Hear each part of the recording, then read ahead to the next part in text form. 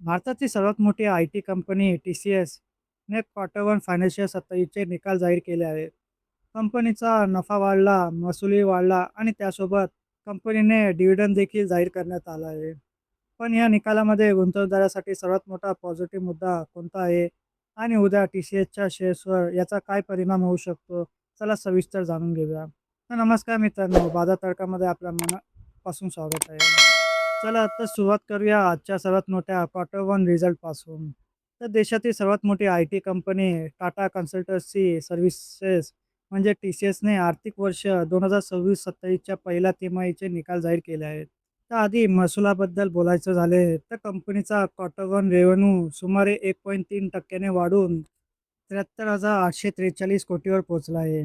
मागील वर्षी 30 जून 2025 रोजी कंपनीचा रेव्हेन्यू 65,097 कोटी इतका होता. म्हणजे इयर ऑन इयर चांगलीच ग्रोथ दिसत आहे. आणि क्वार्टरली पाहिलं तर मार्च 31, 2026 रोजी कंपनीचा रेव्हेन्यू 71,455 कोटी इतका होता. म्हणजे इयर ऑन इयर आणि क्वार्टर क्वार्टर रेव्हेन्यू चांगलीच वाढ दिसत आहे. त्याचबरोबर कंपनीचा खर्चही पाहूया. यावर्षी कंपनीचा खर्च 55,231 कोटी इतका होता. तर गेल्या वर्षी 48,118 कोटी इतका आला होता. आणि तिमाहीत कंपनीचा खर्च 53,093 कोटी इतका होता. म्हणजेच कंपनीचा खर्च पाहिला तर इयर ऑन इयर आणि तिमाहीत खर्च वाढताना दिसत आहे. आता येऊया कंपनीच्या कॉन्सॉलिडेटेड नेट प्रॉफिट वार्षिक आधारावर 5% वाढून 13,420 कोटी इतका आला आणि गेल्या वर्षी 12,819 कोटी इतका होता आणि तिमाही 13,784 कोटी इतका आला. क्वार्टर ऑन क्वार्टर आणि इयर ऑन इयर दोन्ही आधारावर दमदार वाढ होताना दिसत आहे. तसेच निकालासोबत टी-सी-एसने आपल्या भागीदारांसाठी आणखी एक आनंदाची बातमी दिली आहे. कंपनीने प्रति शेअर ₹12चा इंटरिम डिव्हिडंड जाहीर केला आहे. टी-सी-एसची ही सातत्याने डिव्हिडंड देणाऱ्या भारतातील आघाडीच्या कंपन्यांपैकी एक आहे. यामुळे डिव्हिडंड इन्कमवर भर देणाऱ्या गुंतवणूकदारांना पुन्हा एकदा फायदा होणार आहे. तसेच हा डिव्हिडंड गुंतवणूकदारांना 15 जुलै 2026 रोजी मिळणार आहे. आता सर्वात महत्त्वाचा मुद्दा म्हणजे नवीन डील्स. टी-सी-एसने या तिमाहीत मजबूत डील विन्स नोंदवले आहे. ए-आय, क्लाउड, डिजिटल ट्रान्सफॉर्मेशन आणि बँकिंग टेक्नॉलॉजी या क्षेत्रामध्ये कंपनीला नवीन ऑर्डर्स मिळत आहे.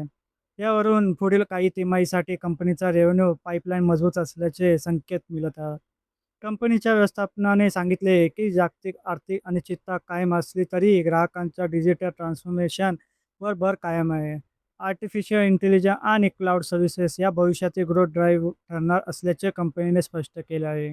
आता सर्वात महत्त्वाचा प्रश्न, या निकालाचा टी-सी-एसच्या शेअर्सवर काय परिणाम होऊ शकतो? नफा वाढ, डिव्हिडंड आणि मजबूत डील पाईपलाईन या 3 गोष्टी सकारात्मक आहेत.